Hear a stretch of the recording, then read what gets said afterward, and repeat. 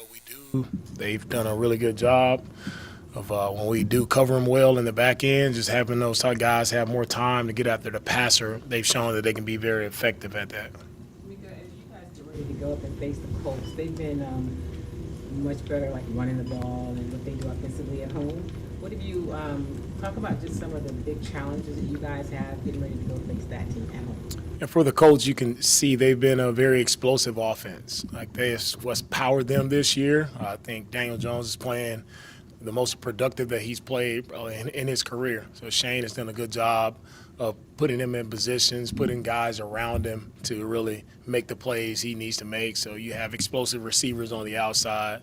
The rookie tight end is doing a good job as well. And then, of course, running the football, Jonathan Taylor. And can't say enough good things about him as a running back. Just his balance, his power, the explosiveness.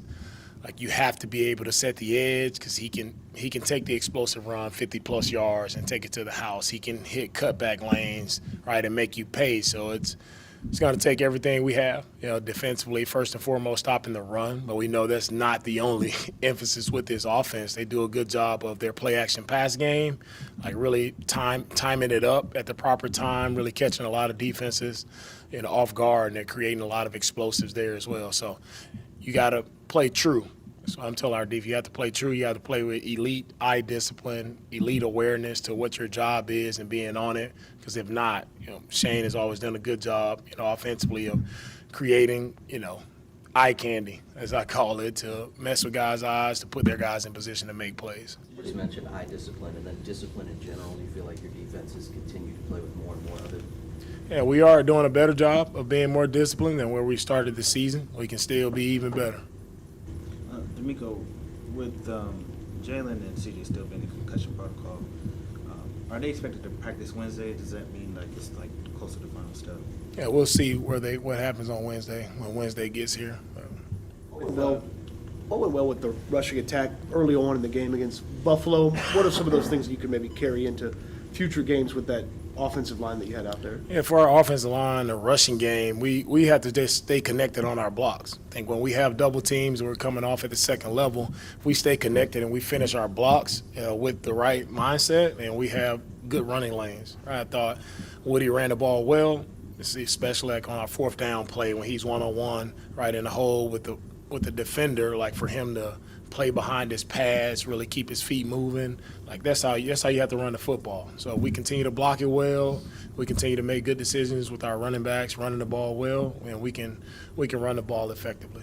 Jalen Reed and all your rookies, they can go at their own pace, but what did he show you against the Bills, and can that be, by that performance, can he want to play more for you?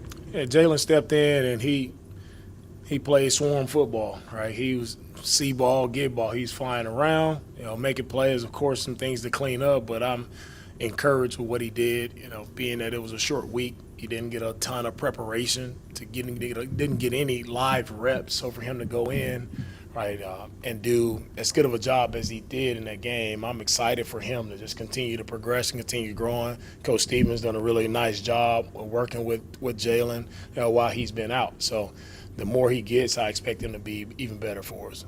What do you see Tyler Warren, what he's added to their offense? Yeah, Tyler Warren, he's a playmaker, man. That's wherever you get this kid the ball, like he's explosive, a little faster than you think, tougher than you think. Like he showed that at Penn State. Like he was a one-man wrecking crew. Like he did a really nice job at Penn State, and it's carried over here to the league. He's still doing a nice job, and you can see they're trying to put him in spots to get him the football because he is that type of guy. He's a playmaker, a guy seems like you can trust, you can count on him. Like he continues to show up play after play, down after down for those guys. Has that iteration of the offensive line done enough to earn them another chance next week? And separate from that, what does it say about Titus that he's been able to adapt and play every position and still not miss a beat? Yeah, we'll continue to roll with our offensive line. For me, it's always been about trying to get our best five guys out there. I think Titus has done a great job of just unselfishly moving, where he's played right tackle, right guard, left guard, whatever we've asked him. He's done it. that shows that he's a smart player to be able to handle as much as we put on his plate. So he's done that, and he's played good for us. Coach, going back to Thursday's game, some of the offensive play call in the second half have to do with the way the defense was playing so good on Thursday. No, it doesn't necessarily correlate. Like, we still got to do a better job moving the ball in the second half. I don't think our second half offense was good enough. And, so we have to continue to strive, continue to get better at executing the plays, calling it better. We got to do a much better job. Coaches, players, everybody, we got to be able to move the ball way more than we did in the second half if we're going to finish games the right way. What have you seen from After assessing, after the guys coming back off in a minute break, how would you assess them, the legs and everything, the way they're moving around on the field now? Yeah, everybody came back healthy, ready to go. So guys are bouncing around. Guys understand, where we are. It's just for us, man. It's always for me being dialed into your preparation, like being dialed into the execution and being on the things you have to be on, like to make plays. That's what it's going to take. Like, as we continue to go out, how we finish this season, it's really the mental part has to heighten. It has to be heightened for us to be where we want to be. Getting into the draft preparation when you first got here, you all knew that you needed a quarterback that took C.J. Stroud, but what was it about on film that made you all make that decision to go and get Will in the way that he's been performing over these last 3 years here?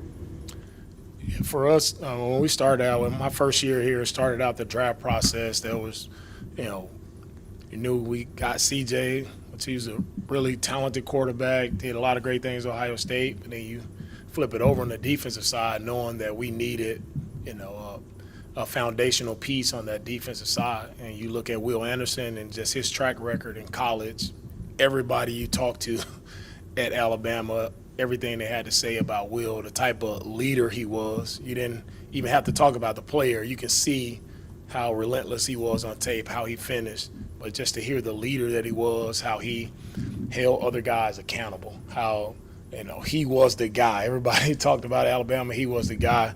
And I remember I wasn't even thinking about Will at this time, but I remember when Will was a rookie at Alabama, my older brother, he called me and was like, hey, man, whenever you get a chance, this guy from Alabama, you need to get him on your team. It's like, all right, I'll check him out. And then who knows, like full circle moment like come when I had a chance to actually be in a position to draft him, like, yeah, my brother was right. He was spot on. I needed to get number 31, and I'm happy he's here with us.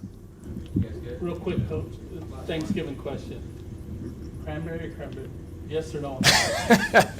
Cranberry depends on how good the dressing is. No, It can't come out of the can. yeah, it can't come out of the can. No, but- the traditional food. Yeah. What's a must-have? The traditional. I'm always traditional. For me, it's having the mac and cheese, the sweet potato pie. But as I told our guys too, I told them, hey, we can save that food for another day. This week, we're focused on the Colts. But happy Thanksgiving, everybody. Hope you guys enjoy that time with your family. We will be working. All right, thank you guys. Yeah, Magic